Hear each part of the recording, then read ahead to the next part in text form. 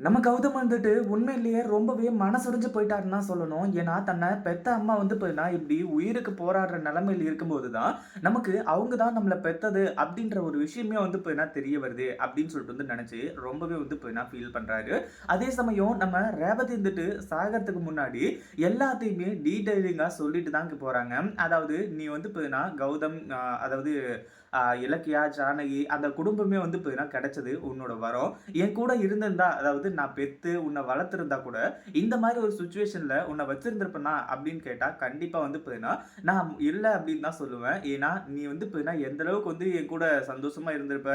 இந்த மாரி வந்து பார்த்தீங்கன்னா, பேரு, புகழ், சொத்து, பத்து இதோட இருந்திருப்ப அப்படின்னு சொல்லிட்டு என்னால சத்தியமா சொல்லவும் முடியாது.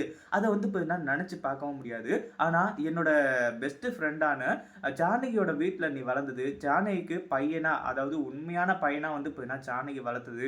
இது எல்லாத்தையுமே நான் மதிக்கிறேன்.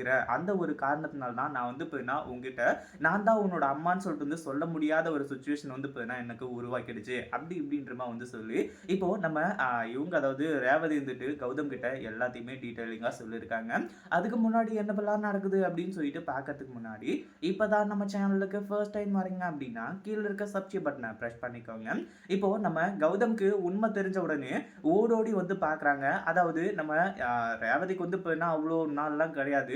கிட்டத்தட்ட 1 நாளோ, இல்ல 24 மணி நேரத்துக்குள்ள ஒரு 12 மணி நேரமோ, எந்த ஒரு நேரத்திலயும் வந்து பார்த்தீங்கன்னா, அவங்க வந்து தன்னோட உயிர விடலாம். அதே சமயம் அவங்களோட கடைசி ஆசையான நம்ம கௌதம்க்கு உண்மை தெரியணும். அதே மாதிரி கௌதமோட மடியில தான் என்னோட உயிர் போகணும் அப்படின்ற மாரி வந்து சொல்லிட்டு இருந்தாங்க இல்லையா? அதன்படி வந்து பார்த்தீங்கன்னா, எல்லாமே நல்லபடியா நடந்துட்டு இருந்துச்சு. ஒரு பக்கம் ரேவதி இருந்துட்டு, எப்படியோ ஒரு வழியா அதாவது உன்ன ஆல்ரெடியா நான் பார்த்தேன். அது வந்து பார்த்தீங்கன்னா, எனக்கு பிரச்சனை இல்ல. ஆனா, அப்ப வந்து பார்த்தீங்கன்னா, நான் தான் உன்னோட அம்மான்னு சொல்லிட்டு உனக்கு தெரியாது. ஆனா, உன் வாய் நெறைய இப்போ அம்மான்னு சொல்லிட்டு வந்து கூப்பிட்ட இல்லையா? இந்த ஒரு கணமே நான் வந்து பார்த்தீங்கன்னா, இந்த உலகத்த விட்டு போனாலும் சரி, நான் வந்து பார்த்தீங்கன்னா, ரொம்ப சந்தோஷப்படுவேன். ஏன்னா, உன்னோட அம்மா அதாவது நான் தான் உன்னோட அம்மான்னு சொல்லிட்டு வந்து தெரியாமயே வந்து பார்த்தீங்கன்னா போயிடுமோ அப்படின்னு சொல்லிட்டு, நான் ரொம்ப வந்து பார்த்தீங்கன்னா வருத்தப்பட்டேன். ஆனா, உன் கூட 100 வருஷம் அதாவது 100 வருஷம் இல்லனாலுமே கூட, இன்னும் ஒரு 5 வருஷமோ, 10 வருஷமோ வந்து பார்த்தீங்கன்னா வாழணும்னு சொல்லிட்டு எனக்கு ரொம்பவே ஆசையா இருக்கு. ஆனா என்ன பண்றது? அந்த கடவுள் வந்து பார்த்தீங்கன்னா என்ன முன்னாடியே கூட்டுக்கிறானே! அப்படி இப்படின்ற மாரி வந்து சொல்லி, ரொம்பவே வந்து பார்த்தீங்கன்னா நம்ம ரேவதி வருத்தப்படுற மாரி வந்து பேசிக்கிட்டு இருக்காங்க.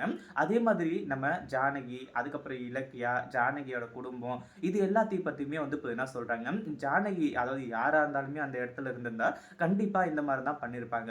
பட் வந்து பார்த்தீங்கன்னா, ஜானகி இருந்துட்டு ஒரு படி மேல போயி, என் மகன் கௌதம ஒரு ராஜகுமாரனா வந்து பார்த்தீங்கன்னா வளர்த்து வச்சிருக்கா. அது எனக்கு எவ்ளோ பெருமையா இருந்துச்சு தெரியுமா? எங்க வந்து பார்த்தீங்கன்னா, என் புள்ள வந்து எங்க எந்த ஊர்ல எப்படி கஷ்டப்பட்டுட்டு இருக்கானோன்னு சொல்லிட்டு ஆரம்பத்தில நெனச்சேன். ஆனா, இவ்ளோ வந்து பார்த்தீங்கன்னா, சந்தோஷமா இருப்பான் அப்படின்னு சொல்லிட்டு நான் கொஞ்சம் கூட எதிர்பார்க்கல.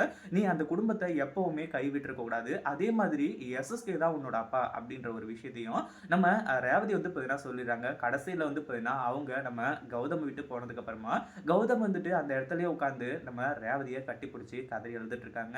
இத பத்தி நீங்க என்ன நினைக்கிறீங்க? அந்த வீடியோ புடிச்சிருந்தா லைக் பண்ணுங்க, ஷேர் பண்ணுங்க.